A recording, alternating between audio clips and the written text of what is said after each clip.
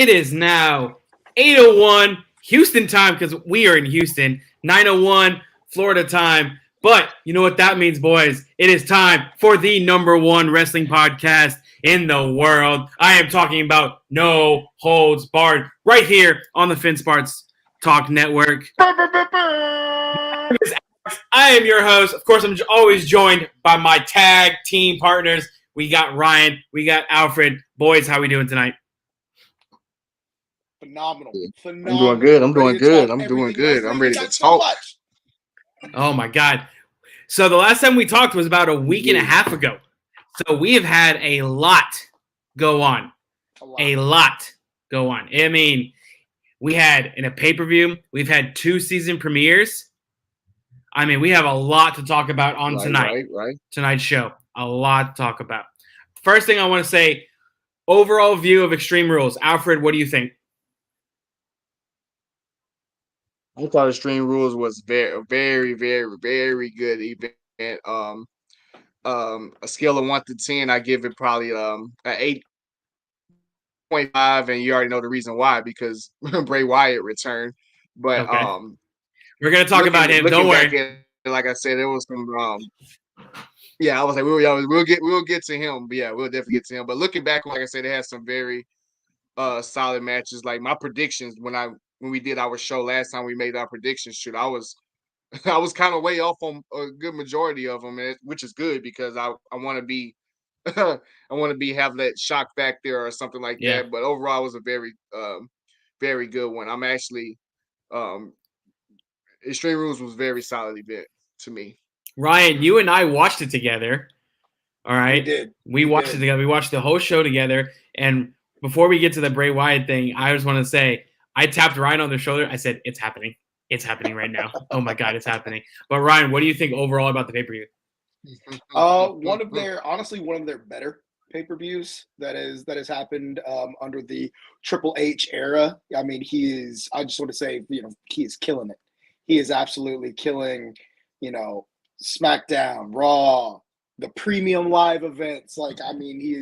He's killing it overall, and it's a joy to watch again.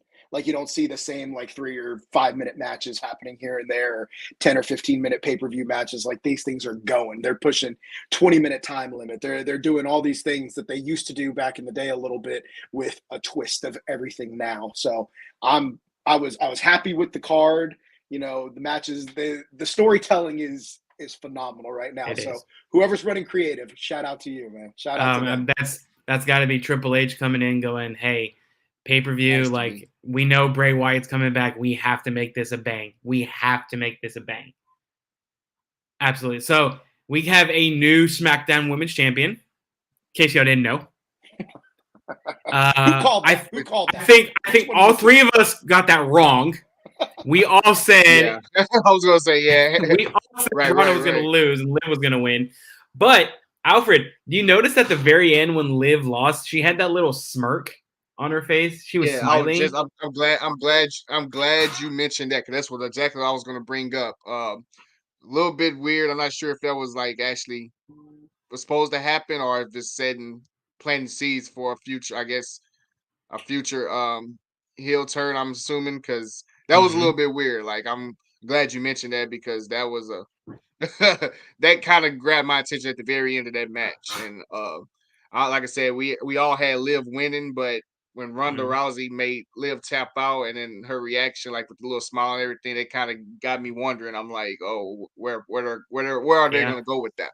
I don't know. And then Ryan, later on, they see her when they interview her. She's in that little dark hole, still with the whole Bray Wyatt coming back theme, and she's got her little smirk on. I'm like, what is Triple H about to do with Liv Morgan's character?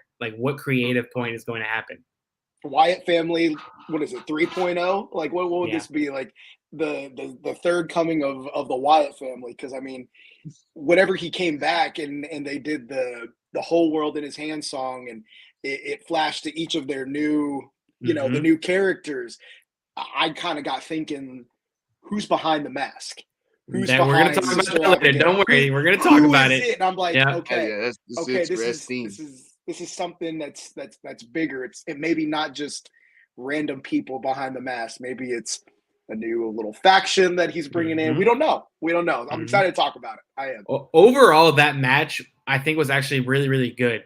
The fact that one of the parts in the match when Ronda grabs the bat and just basically Liv jumps off the little steel steps and hits her in the stomach, and you just hear pop, and then you look at Liv Morgan's stomach, and there's just a welt. Absolutely there. I don't know about you guys. If I got hit with the bat, I'm out. I'm done. I don't know how they take it, getting hit with bats, kendo sticks, going through tables. But I mean, obviously they prepare their bodies for this stuff. But overall, Alfred, what do you think about the match, the Extreme Rules match between Ronda and Liv? Why do you think overall how it went? Overall, like I said, it was very good. I might have to, like I said, rewatch it a little bit because I want to see like at the very beginning, because I might have missed some stuff like at the very beginning, like we said when we mentioned the bat and everything. Like I said, what I remember, like I said, was at the very end when Liv started smiling, that kind of grabbed my attention. So like I said, I might have to like rewatch it again just to get like a different like point of view of the match. But like I said, that was a very, very, very good match for the title. Like I said, it shocked the mess out of me seeing Ronda winning. Seeing a brand new women's SmackDown Women's Champion.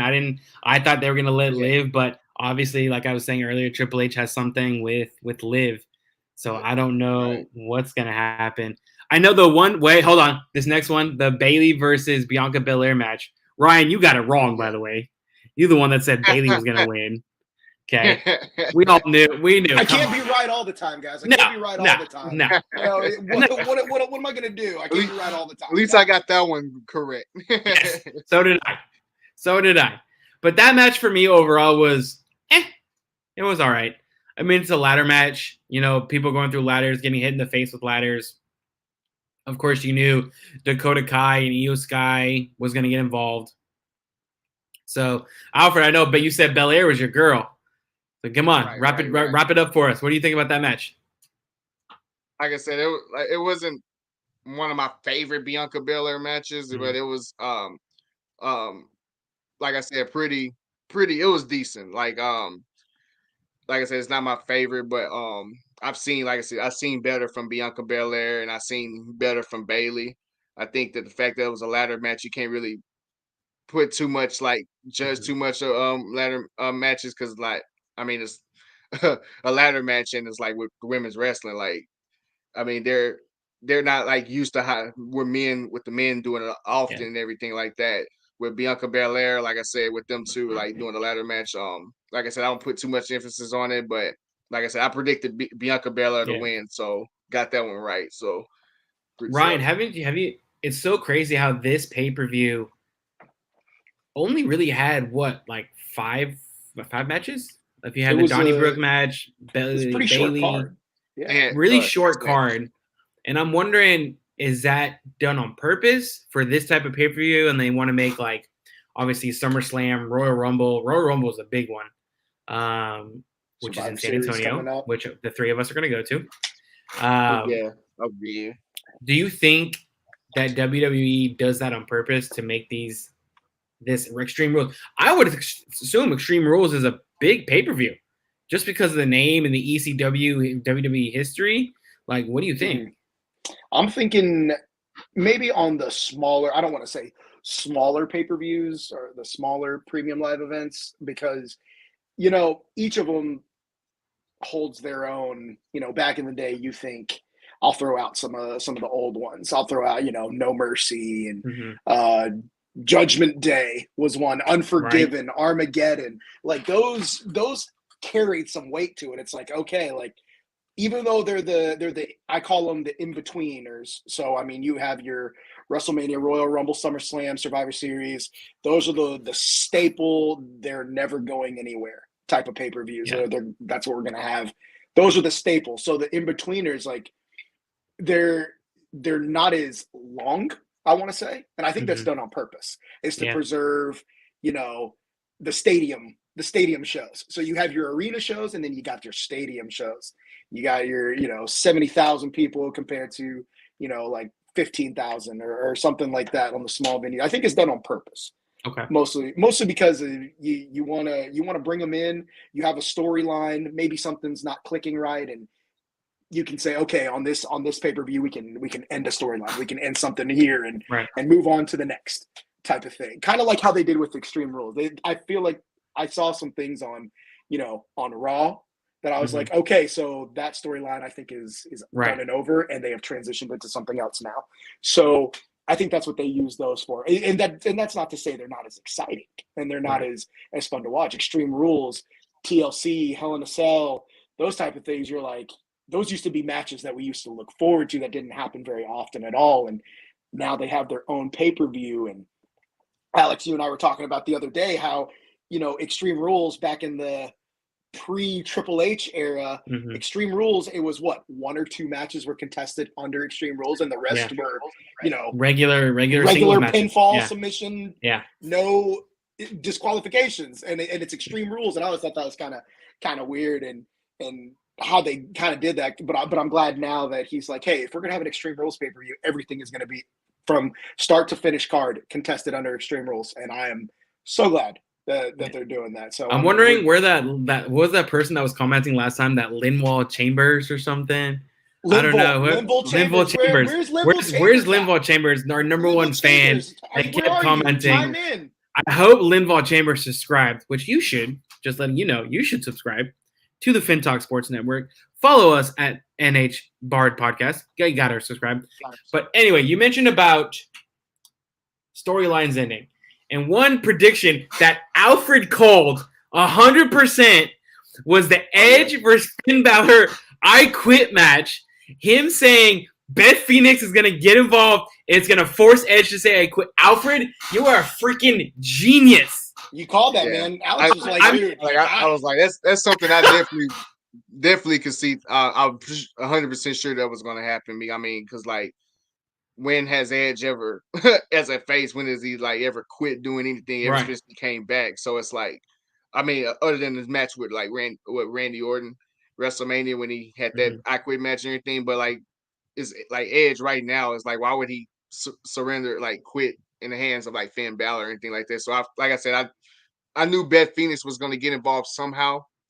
And the thing is, I like that was probably my favorite match on the card right there. It's just like the storytelling of that.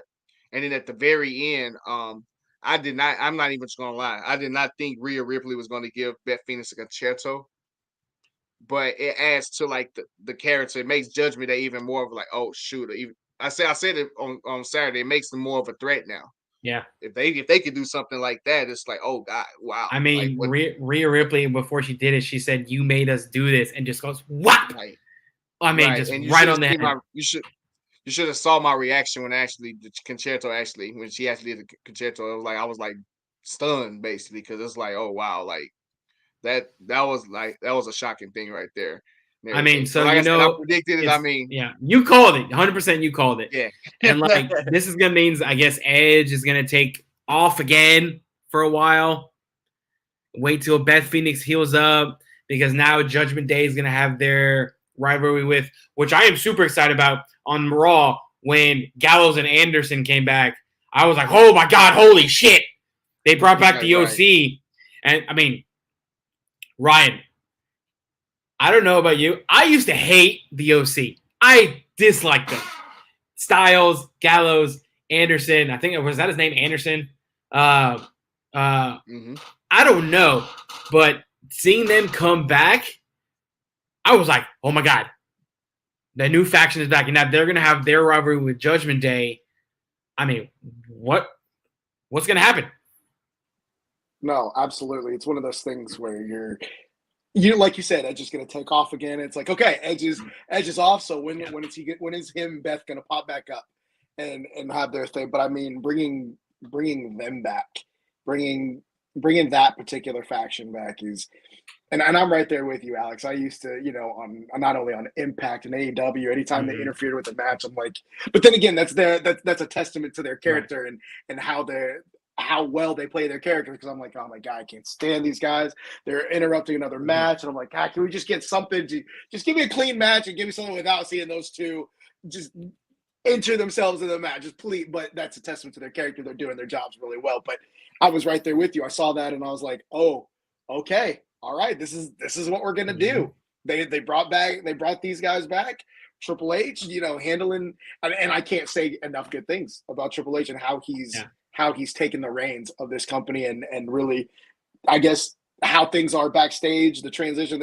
It's amazing, and I'm not for the first time in a long time, but for the first time in a little while, I'm pretty excited about Monday Night Raw, Friday Night SmackDown, the all the pay-per-views, premium live, all that stuff. I'm like, okay, how can we be wowed now? Because they're loading up. That roster is getting loaded up, and you're like, this is going to be great. Like the big events are going to be something. The Royal Rumble is going to be something. Survivor Series, War Games in itself is. I cannot wait for War Games. It's one of my favorite matches. Oh yeah, after watching all the black and gold NXTs, and I'll definitely be watching it with you all. I already pushed aside my schedule for that one. There you go. There you go. Because I think it's a Saturday night. It is Saturday night. Yeah. So let's go. Right. I like how WWE is now transitioning to doing Saturday night pay-per-views instead of Sunday night. Do you think this isn't even on our agenda, but like I'm thinking they get more views when a pay-per-view is on a Saturday night than a Sunday night. Because Saturday night you have college football. You have playoff baseball now. Shout out to our team, Houston Astros, by the way. Just got to say, Air Jordan killed it. All right. Yeah. But pay-per-views now being on Saturday is so entertaining for me. I don't know. Alfred, what do you think? Well, initially I wasn't really a fan of it because, if you remember, the first times they were doing it was when WrestleMania, when they moved WrestleMania to 2. And it kind of took me a while to get used to, WrestleMania is on Saturdays and Sundays. And now they start doing the pay-per-views on Saturdays and Saturdays only now. So it's like it took a while for me to get used to it, but it's like now it's like I actually enjoy watching it on Saturday nights more now, strictly because, like I said, we're going to the Royal Rumble and it's easier to travel. It's easier, to make a travel trip on a Saturday and then come back and we'll be back in Sunday morning and everything like that. But like I said, Saturday, I like the Saturday schedule. Like I said, it took a while for me to get used to, but I like how it's on Saturday. And honestly, it brings more attention on a Saturday anyway. It does. Than a typical Sunday. And like you say, you got to compete on Sundays. You're competing with the NFL. Not college. Well, college football is on Saturdays, but you're competing with the NFL on occasion. Sometimes like a good NBA game on a Sunday, or like with the baseball playoffs now and everything like that. It's like, Saturday is pretty good now. Like it's like I said, it took a while for me to get used to, but it's actually I like the idea now. So, Ryan, your prediction was right about the main event for the pay-per-view being the Fight Pit match, which was outstanding. I think that was my favorite match to watch of that night. Good match. They beat the hell out of each other. Absolutely. Oh, my God. They beat the absolute living shit out of each other. It was Ryan, go ahead. Ryan, you take this one away. No, it was out of that whole card of matches. I think that one that was a no-brainer for that one to be the main event because of the stipulation of the fight pit. They kicked the ropes off the ring. They brought it down. There's another level on top that and the referee. Oh my God, Daniel Cormier, great job being completely unbiased and great celebrity referee,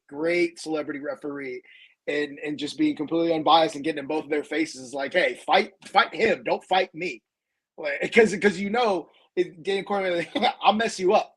Like I got these stripes on, but I'll mess you up. He told Seth Rollins, he was like, hey, don't mess with me. I will punch you in the face. I will punch you and I don't want to get punched in the face by Daniel Cormier. I don't get punched in the face, period. No, thank you. That's true. I don't want to get punched. I don't want Matt Riddle. Sorry, Riddle. Can't call him Matt Riddle anymore. I don't want Riddle jumping off the top of the little platform with his back and just going pop right on top of you. I thought he broke something in his tailbone. I'm pretty sure. I was like, that's a hard fall. It was just one of those things where that match was really well done. Right. And that's how you end. That's how you end a pay-per-view. That's how you end. That's how you end the finish out matches. night. That's how you end the matches. And That's then, like I was saying earlier, we were watching it, and then all of a sudden they show Riddle going like this, and then the lights go off, and you just hear the crowd erupt, and you hear he's got the whole world in his hands. So good. I had chills. So good. Going up oh my God, my hairs were all standing up on my arm. And I'm smacking Ryan in the arm going, it's happening. It's happening. Oh my God, it's happening. And all I have to say is, let me in. The return of Bray Wyatt. Oh, long time coming. My God, yes. Long time coming. Literally, I have return of Bray Wyatt in caps right now. This show, Bray Wyatt, if you're listening right now, this episode is dedicated to you. All right? If you want to come on, please come on. But leave the Fiend and everyone else that you know behind. You can come on. Just leave everyone else behind because I'd probably get scared shitless. I don't know. Alfred, your thoughts on Bray Wyatt returning? Amazing return. I said it as soon as it happened. I was like, Triple H is whoever playing Bray Wyatt's return to be like this, they need to get a raise, like literally, because that was a great return. I mean, once the lights went out and everything, and like you say, he started singing, he got the whole world in his hands. I can only imagine how it was in Philly, like in the arena, like him returning and everything. And then they even did the things where like they had the little spotlights on the different Firefly Funhouse characters. That was a nice touch. Whoever thought of that is a genius. And then when Bray Wyatt came out and everything, and then he took off his mask, the place erupted. I wish that was probably a place I wish I was. Had I known Bray Wyatt was going to return, I probably would have booked my plans to go to you were flown to Philadelphia. We would have seen Alfred going, I knew it. I knew it. He'd have been right there. Right. Like, oh my God, that's Alfred. Brilliantly done. And like I said, I'm interested to see what goes next with Bray. Obviously they advertised him to be on SmackDown this week in New Orleans. Yeah. And Bray Wyatt, like I said, me personally, I don't want to like dig and like ramble along, but me personally, it's no way in the world that you can make Bray Wyatt a heel based on this return. He has to be a face because he's so over right now. It's ridiculous. Like, I'm interested in seeing what's going to happen on Friday. I did read a report that Bray Wyatt is going to be officially a SmackDown superstar, not a Raw. Right. That's why he wasn't on Raw on Monday. I think it was Bleacher Report. I was reading that they're saying Bray Wyatt is going to be specifically a SmackDown superstar and have some kind of feud with the Bloodline when he gets his family, when he reveals who his family is. And I think they're going to start revealing who each of his characters are in the next coming weeks. I did read a report that says those characters are going to be revealed. So, Ryan, that's interesting. Who do you think Bray Wyatt is bringing along with him? You know what? Not to steal any of you guys, because I know everyone's got predictions, but I'll give you. I know one, not for sure, but it's almost positive that he's bringing Liv Morgan in. Like, it's got to be. I think that's where that storyline is going, from her smiling in the ring and then in her backstage corner. I think that's a no-brainer. That's a no-brainer, because I know Alexa Bliss still has that Lily character somewhere that still has that, which is the connection to, the Fiend and that storyline. But I think Liv Morgan might be the new, I guess, Sister Abigail. Like, I think that's who that is going to be, and I think that's the start of the transition. But I have one more, but I won't spoil. I won't predict. I'll let you guys talk, and then if you guys don't mention him, I'll mention him. But that's one of mine. So okay, all right. So we got Liv Morgan. Alfred, who do you think's next? I'm just gonna actually say his brother. Oh, Dallas. I'm actually saying that, and if I can say another one, I'm gonna say Eric Rowan. Okay, Eric Rowan, bring him back. So those two I can see. Like, who do you think Eric Rowan was last on Saturday? That's a good question. Because I have heard Probably, Eric Rowan, they're probably bringing him back. yeah, I heard that as well. That's a good one. Probably what's the character that the very first one they showed in the spotlight? The pig. What's The the pig's pig. name? Yeah, the pig. I don't know. I can I see can't remember. I can see Rowan being one of that one. The pig. Okay. Honestly, I know they keep saying, like, I read all these wrestling reports and all that, and they're talking about names like, I don't know if Ryan, this is one of the guys you're talking about, but like Joe Gacy, who I've never heard of before because I guess he's from NXT. Grayson Waller, they think was the little buzzard guy. Bo Dallas, they said was the guy dressed as the Fiend. They were saying possibly Dexter Loomis, but I don't think so. Damn it! Yeah.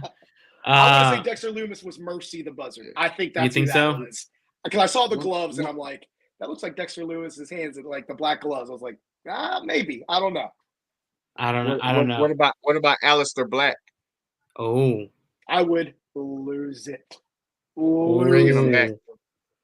Oh my God! I didn't even think about that. I did not even think about. That would be. Talk about a comeback! Oh my God! Oh my God! Wow! Can you imagine if Triple H pulled that off? A team of Aleister and Bray Wyatt together.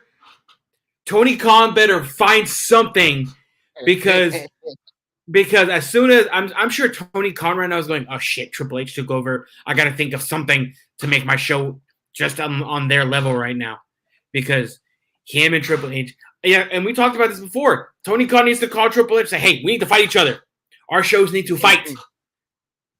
I'm pretty sure if they were to have a pay-per-view where it was AEW versus WWE, I'd never think this will happen. Ever. I do not think that'll happen. But if there is, take my blood, take my kidney. I don't care. I will go to that show. You have Jon Moxley, not as Dean Ambrose, but Jon Moxley facing Roman Reigns and possibly Seth Rollins in like a triple threat match. That would be a ticket seller right there. Exactly. Inject it into my veins. Please. Oh my God. Hey guys, speaking of Seth Rollins, new United States champion. The Shield runs wrestling. I'm going to say it. Every member of the Shield has a title. Amazing. Every single member. Yep. Unbelievable. Yep. Brock Lesnar came back to cost Bobby Lashley that. Here's Brock Lesnar. Okay. Brock Lesnar. I like Cowboy Brock. Cowboy Brock is the best. Cowboy Brock is the best. 100%. Because Brock can rock the mic. 100%. But I'm wondering, are they bringing Brock back as a heel or a face? Because the place went nuts when he came out. It has to be a heel. It has to be a heel. Like I said, they've been talking about. Well, I know Lashley's been talking about working with Brock for a long time. So, I'm actually, like I said, I'm shocked that Brock actually came back in that instance and everything. But obviously, him coming back, like that was like heel tactics right there. Bobby Lashley is a face. Brock Lesnar comes back during his United States title match, basically brutally attacks him, and it's like somebody has to be the heel in this potential feud. So I'm pretty certain Brock Lesnar is going to be the heel in this one. Yeah, obviously, because I mean Bobby Lashley called him out for next week. He said next week on Raw, I want to fight Brock. So maybe that call out next week basically makes Brock fully turn as a heel. Like, so I'm interested to see how that goes. Like I said, I'm a huge Brock fan, so him coming back, like I was marking out like when he returned back on Monday and everything. So interesting to see, but I'm pretty certain he'll probably be a heel in his feuding with Lashley. Ryan, looked like you wanted to say something. I do, because it's one of those things where Brock is pretty much on that same level as Roman. Yeah. And no matter heel, face, it doesn't matter. He's going to be over with the crowd. It does not matter what he does. It doesn't matter what he says on the mic, his in-ring ability. He is over with that crowd as a heel or as a face, 100%. So even though Bobby is the clear face right now, and Brock cost him his title, like y'all are saying, he's over. He's over with the crowd. And every time Brock comes back from a little, month hiatus or anything like that, the crowd goes ballistic. And also, you think Brock is going to miss out on that Crown Jewel Saudi Arabia paycheck? No. Hell no.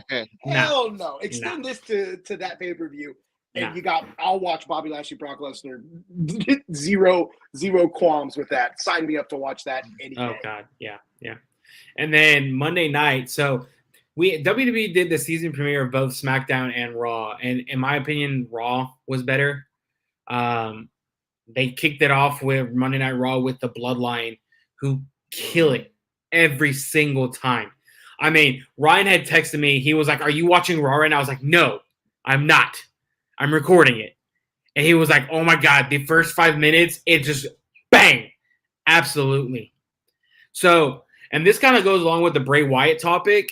And I was saying this, the Bloodline versus Bray Wyatt. Alfred, do you see that as a possibility? Oh yeah, I definitely see that. And like I said, it could go far as Survivor Series in the War Games match. Oh my I know. God. What was that? Oh, I get a War Games match between Wyatt family and Bloodline. Bloodline. Oh, can you God. can you actually imagine it? Like No. that would be insane. So I actually can see that possible feud, because like who's like right now is going to be feuding with Brock after his match with Logan Paul. It's like they're gonna have to build that up, and it's like Survivor Series, and it's like Bray Wyatt's return. Like he's gonna have they brought Bray Wyatt to do something big. So what better way to start it off than having a War Games match with the Bloodline? Absolutely, and I think that Wyatt will show up at Crown Jewel in that match. Yeah. When that ends, I think the lights are gonna go off and they're gonna come back on, and he's gonna be standing right there in front of Roman, and Roman's gonna be like, "What the hell?" And do you think he'll be Bray, or you think he'll be the Fiend? I hope they keep that Fiend character because it grew on me. I used to hate it. I'm not going to say hate, but I used to not be a fan of the Fiend. But as time went on, the Fiend is awesome. I think I'll be the first to admit that. I think that I like the Fiend. I didn't like the Fiend at the beginning. I thought it was terrifying. But now I personally think with creative, with the way that they did it, I think there may revert back to his like cult leader thing, persona. Just from the way that he entered the arena at Extreme Rules. I mean, he was the White Rabbit, took off the mask, and he said, "I'm here," with the lantern and everything. So I think unless they throw us off and all that, I don't know. Triple H could think of something crazy? I don't know. Yeah. I really just hope don't they keep know. the Fiend character as like kind of like how they do Demon Finn Balor. Every so often he pops up and you're just like, oh man, we got the Demon. Like it's about to be a hell of a match. But I hope they do that with the Fiend, and like they don't really allude to it, and then just one day lights go dark, his music plays, that place goes absolutely insane because we're about to have the Fiend versus whoever it is. Like, and correct me if I'm wrong, didn't the Fiend lose his Universal title in the Thunderdome at SummerSlam to Roman Reigns, or was that Braun Strowman? Somebody who did he take it from? It was either Braun or he took it from the Fiend. I do know that. I don't remember. I'm trying to think because I mean that would be a 2-year callback to. Oh yeah. If our viewers on the stream know that answer, they can. If you could put that please, in the chat. somebody look it up. I want to. Someone tell us. I want to know. Absolutely. I really think maybe Bobby, our producer backstage, can search it real quick and tell us. Somebody long-term booking. That's what WWE is all about, is long-term booking. So give me Bray versus Roman, or give me the Fiend versus Roman, and I'm gonna watch that. I will absolutely watch that. Oh my god, I cannot wait. Raw was amazing this past Monday. Like I said, Raw was awesome. Yeah, most definitely. Yeah, Raw was actually very, very good. Like you said, it was better than the SmackDown premiere episode. I'm gonna be the first to admit I'm kind of getting annoyed with the whole Dominic Ray issue right now. And you wanted that this whole time. And I wanted the whole time. You're right. Now I'm like, okay, can we just like get them fighting? I don't want Rey Mysterio crying there. I'm like, okay, great. It's storyline. Father, your son turned on you. Now he's an evil son of a bitch or whatever. I don't know. I was just like, okay, can we move on? Let me watch Bayley versus Candice LeRae, which Candice LeRae won. Holy shit. I couldn't believe that. But I was just like, okay, let them just kill each other. The day that Ray actually punches his son, then I'll get excited again. Of course. If that ever is gonna happen, I don't know. Maybe at Crown Jewel. They actually might have a loud reaction from the crowd once that happens. Sure. Dominic is going to retire Ray. That's it. That's going to happen. But this is just a note to all you fathers out there: don't hit your children. All right, just because I mean, unless they join the Judgment Day and kick you in the nuts, give them a little pop, but do not beat your kids. Trust me, don't do it. Do not do it. Speaking of that feud between Judgment Day and Rey Mysterio, can we just give a huge shout out real quick to Michael freaking Cole for carrying commentary at Extreme Rules? Yes. Like just as his narration of the attack on Ray and just how he was just Michael Cole, like, bow down to Michael Cole, one of the GOAT commentators of WWE throughout the year. I mean, he certainly was one of the guys there for when I grew up in the Attitude Era to now. Like, Michael Cole gave a master class on Saturday of how to do commentary and how to have emotion. I think I even told you, Alex, the camera would kind of pan and Michael Cole is out of his seat, standing to the side of the table, screaming at Dominic, not even looking at the monitor like they normally do during matches. He's screaming at Dominic like, how could you do this? What are you thinking? Like, that's your father, you son of a bitch! And I'm like, Michael Cole, yes, please. Like, give me this. This is the commentary that makes you get emotionally invested in a match. Like, people forget that not only does the in-ring action get you involved, but if you got a guy like Michael Cole or Jim Ross or the King or the Spanish announce team, shout out my man Hugo. I'm just saying, if you have that fire from the announce team, you're going to be in that match even more. You're more invested. Because that's one thing, I think I even told you this one time. Alfred, I'm sure you agree with me too on this. When we're at the shows live, it's like, man, I wish I could hear what they were saying on the announce table. It's like, I love being there. I love watching it in action, but I'm like, man, I really wish I could hear what commentary is going on, because that just makes it. So shout out Michael Cole for killing Extreme Rules and everything else. Man, that was beautiful. Bravo. Beautiful. And the way that Monday Night Raw ended was about, are you ready? The 25 years of D Generation X. I think I got in so much trouble for doing the Suck It logo at school when I was little. I think I got so much especially in grade school. Oh my God. Especially in grade school. I will say it was kind of sad when he was like, ladies and gentlemen, boys and girls, children of all ages. And he goes, the tag team champions of the world, the Road Dogg. Jesse J. And just me. And then he held it out for the crowd to say badass Billy Gunn, and I thought that was perfect. Because and Corey Gray's comments about that was hilarious too. He's like, he's doing something with office supplies now. Unbelievable. Right there. I mean, so, all right. Speaking on returns, all right. So tonight's show is based off of Bray Wyatt, like I was saying. But what we're going to do is we're going to each say our top WWE return and our top AEW return. All right. We've been talking a lot of WWE lately. That's just because WWE is pay-per-view heavy this month. Like, I mean, they have 3 pay-per-views in November. I think AEW only has 1 on November 19th. So I know all our shows seem like it's WWE heavy, but AEW fans, do not worry. That week leading up to Full Gear will be an AEW show. Guarantee it. Absolutely. And we're watching it too. And AEW is happening right now. And just letting you know, Sean Spears is now a face. Private Party is now a face. Swerve is heel. Because I don't know if y'all heard tonight on AEW, they were like, scissor me, daddy. Oh, scissor me, daddy. Oh, my One of God. the greatest things going on in wrestling right now is that. 100%. All right, so, Alfred, your top WWE return and then your top AEW return of all time. Give me any time. All time. Ooh. That's actually tough. And I actually thought about this while I was at work today. And it's actually tough. You had to choose one of of the many ones. Especially, I mean, I've been to the Cody Rhodes and I've been to the Edge's return in person and everything. And that was pretty epic.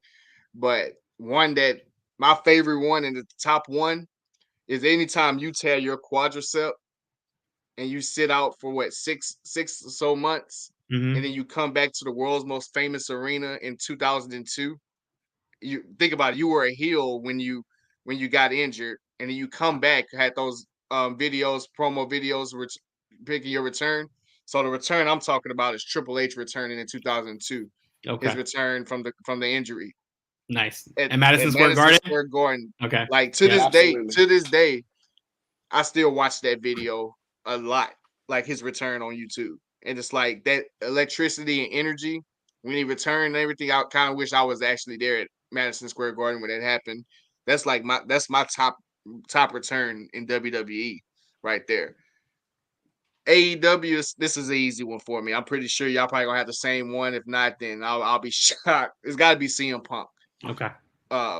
In his return back, because I didn't think, like I said, I 2 shows ago, I didn't think Punk was gonna return anytime soon in wrestling. And like I said, what better way if you're not returning WWE? What better way to stick it and return to one of like the leading competitors of WWE right now in AEW, and it was in his hometown of Chicago.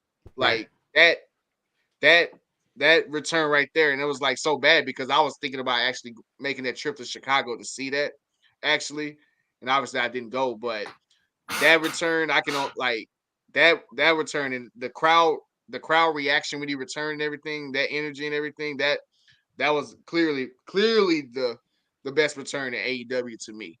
So Triple H in 2002 when he returned, and then CM Punk in AEW. Those are my top ones right there. Those are good ones. There's the good ones. Ryan, good sir. I'm with Alfred. I hate that you made us narrow it down to one because I have one. And we could be talking about this for hours. We could. We really could. We really could be talking about this for so long. But I mean, I thought about it today whenever you told us like, hey, this is kind of going to be on the show. Think about it. I'm like, man, like I have one that I was like, okay, that was a really good one. The pop was great. But there's one that I was like, okay, like this was cool. This is really cool to watch on TV. The pop was unreal. Nobody knew it was coming at all. And it was, I can't remember exactly which WrestleMania it was, but it's when the Hardy Boys returned. 33. WrestleMania 33. That was unreal. Nobody knew who the guest mystery tag team was going to be. And they had even gone as far, like, I think it was... Everyone thought it was New Day. Everyone thought who were the hosts, by the way. They were the hosts, and everyone thought, okay, they're going to insert themselves in this match for the titles. And Jeff and Matt had even gone so far to post a picture, I think on Instagram, they're in a completely different state. And it's like, hey, WWE Universe, we wish you the best. Like, we love you. We're always thinking about you guys. And they're in a different state, and they tagged the location. And I'm like, okay, well, obviously not them. And then their music hit, and my jaw was like, as a grown man, I was like, oh my God, like that's my childhood tag team. That was phenomenal. And then of course they win it, and I'm like, that was beautiful. Like that was just perfect. The crowd reaction, the pop, throughout the whole match, just everything Hardy Boys was phenomenal. So I'm gonna have to say my WWE greatest return for myself it has to be that Hardy Boy one. That was like, watching it at home. I remember I was at my apartment watching it. I was like, my jaw just hit the floor, and I haven't done that in a while. So I was like, okay, that has to be probably that one. And I had to keep thinking about who had really great returns to wrestling in AEW. You had debuts of, NXT, like men and women who jumped to the AEW train and things like that. But as far as the actual return, I could not believe CM Punk actually did it. Like we had heard all these things like he's not going to wrestle anymore. He's not going to do it. He had that pipe bomb with WWE, left the company, did all this, and can AEW pull it off? Can they sign CM Punk and then have him come out in his home city? And that's probably one of the loudest pops I've heard in some time. So I mean, as far as return to wrestling in AEW, I'm with Alfred, and it's got to be CM Punk. Yeah. So I don't remember what year this was, but they were getting ready to announce the host of WrestleMania, and all the lights went off in the stadium. Going. You know where I'm going with this? I know so where all the lights went off in the stadium, and I'm sitting in my room, and I'm going, who the hell could it be? And then all of a sudden you hear, if you smell what the Rock is cooking. I lost my shit. I was screaming up and down. I was like, what? Because there were no clues on him coming back at all. None. And I was like, oh my God, they brought The Rock back. And Ryan knows how much I love The Rock. I love The Rock. All right. Not as much as Stone Cold. My favorite wrestler of all time is Stone Cold Steve Austin. Hands down. Yep. Hands down, Stone Cold Steve Austin. But when The Rock came back and said he was the host of WrestleMania, I was going berserk. I mean, I remember I've like Alfred, you've watched the Triple H. I've watched the Rock one over and over. And I still remember one fan literally going like this and just like frozen. Just unbelievably frozen. Oh, by the way, I'm calling this right now. X-Pac is fighting Orange Cassidy for the Atlantic title. Cassidy is about to win his singles title right now. I am calling it. That bastard Pac, man. Yep. Cassidy's about to win a singles title, and I hope he wins. I really hope he wins. You think so? You think he's about to win it right now? I think he's gonna win. He's never had a singles. No, in AEW, no, has he? no. And this is the main event, so it has to be Orange Cassidy. What title is this? What title is this AEW? Their new one, the Atlantic title or whatever it's called. The Atlantic title? Okay. Yeah. Okay. And as far as my AEW return, I'm not going CM Punk. I'm not. Really? Oh, I'm not. Oh, wow. Really? Wow. I'm interested to hear this now. So I'm going MJF's return. As of recently? Like just recently? As in recently, yes. Okay. When he put the scarf over and the crowd started screaming, holy shit. I mean, and then his music starts playing and he comes out and MJF's a heel. All right. Which his character right now is interesting because last week he fought Wheeler Yuta and then extended his hand out and then the firm got involved and all that. But MJF's return to AEW after cursing out Tony Khan, after all the rumors of him possibly going to WWE and all that stuff, his return was by far one of my favorite moments to see as an AEW fan. Especially because all of us were thinking, where's MJF? Where's MJF on all this stuff? Is he leaving the company? Is he coming back? Exactly. We don't know. Exactly. So, and him creating the firm, and now he's having a little bit of a riff with him. I don't know. But MJF is that guy that people hate him, people love him. Just like Roman, just like Seth, just like Brock. He's on that exact same level. 100% on that same level. Mm-hmm. Guys, any last thoughts before we wrap up? Oh, I've been trying to think of like what else can we? I mean, I feel like we could just keep going and going and going and talking about everything that's been going on and just Monday night in itself, like just with Raw happening and then AEW live like right now and just there's so much that we can talk about, especially because of we had to do our show last Monday and we had so much content to go over. I mean, I felt like I had freaking homework to do. I mean, the best kind of homework. Yeah. What's my assignment? Go watch wrestling and then talk about it on Wednesday. Cool. Okay. I'm gonna get an A+ on that. Like that's gonna be easy. But no, I think this is WWE.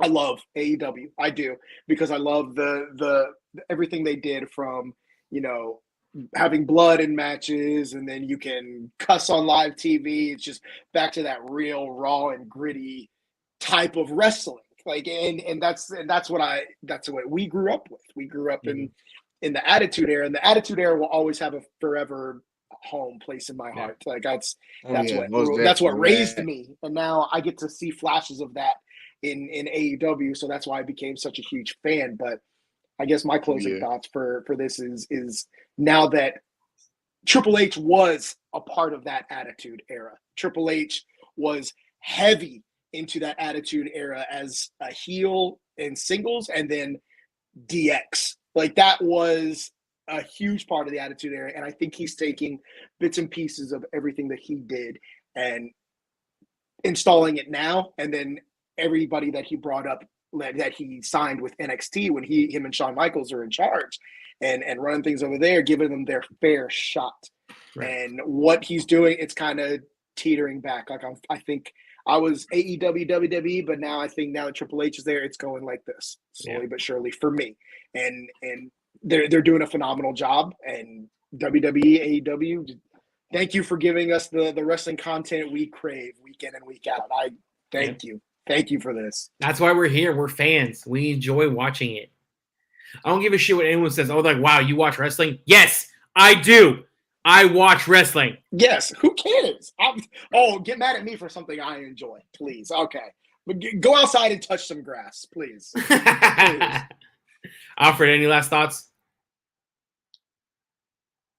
Did we lose him? Last thought, like I said, I'm great. Like last thought, I'm grateful for Triple H. Triple H has been doing recently, getting me pumped every week on shows and everything. And then one more note that I forgot to mention. Braun Strowman, I actually can see him being possible aligned with Bray Wyatt as well. Okay. And then I just looked up and I saw that Bo Dallas is like close to might be close to returning back to WWE. So I was kind of foreshadowing that and everything. So that's something to be on the lookout for going forward. But like I said, shout out to Triple H. He got me tuned in. Everything every week, all these returns and everything has been crazy since he's been. We're gonna break down all the Ryan. Yes, sir. I have to feel like I have to raise my hand because I got yelled at because I kept interrupting. Excuse me, I have a question. Say. Put your hand down. Oh God! You know what? I'm gonna talk like this the whole time. All right. So. No, but Alfred, damn it, we could keep talking about this, and Alfred brings up a good point with bringing back. With Bray Wyatt and coming back is the thing I love about Bray Wyatt is he truly loves the fans. He does it for the kids. He does it for the adults. He does it for the big kids, which are us. But I think that what I love the most is as soon as he came back, the report came out that his brother was too. And I was like, you know what? That speaks about who Bray Wyatt is as a real person. Like who he is. Like he says, if I'm coming back, I'm not coming back unless you bring my brother back. I want to feel like that's how that conversation and that negotiation between him and Triple H and the execs went down. They're like, hey, Vince is no longer here. He's gone. His team, everything that had to do with Vince is gone. Triple H is the head. This is his team. This is what we're doing. And Bray said, okay, I'll come back. And I want to think one of the conditions of his return is I'll come back, but you're bringing my brother back too. Like my family's gonna eat. If I'm eating, my family's eating. Right. And that's an testament to his character. And he's a great follow on Twitter. Like he loves the fans. Like he even said it. Like this is why. I think there was a little clip of this little girl watching. Like her parents were recording her watching Extreme Rules, and it's this little girl, and she has her own Fiend mask. Mm-hmm. And Bray Wyatt actually quote tweeted it and was like, "This is why I do it. Right. Like this is why." Mm-hmm. And that just makes me even more excited for what's to come with him. But okay, sorry, I'm done raising my hand. Alfred, you can make me keep talking for forever. So, all right, go ahead, take it away. Okay, all right, Ryan, where can they find you on Twitter? They can find me at mryan588. Smash that follow button. Follow me. I'm talking smack about Alex most of the time, so it's funny to watch and see. So please give it a smash, give it a like. Please. Yes, absolutely. Alfred, where they got you, bro? They can find me at A_Matthews with 2 T's 713. Like I said, I talk wrestling, I talk battle rap, and I talk sports all day. All right, you can follow me at AlexBB29, but more importantly, you can follow this podcast at capital N, capital H, capital B with the Bard podcast. But so first off, subscribe, FinTalk Sports Network. We are live every Wednesday, 9, 8 Central. All right, episode Smash 3. that button. Subscribe. We will see y'all next Wednesday. Peace. Let me hit. Wow.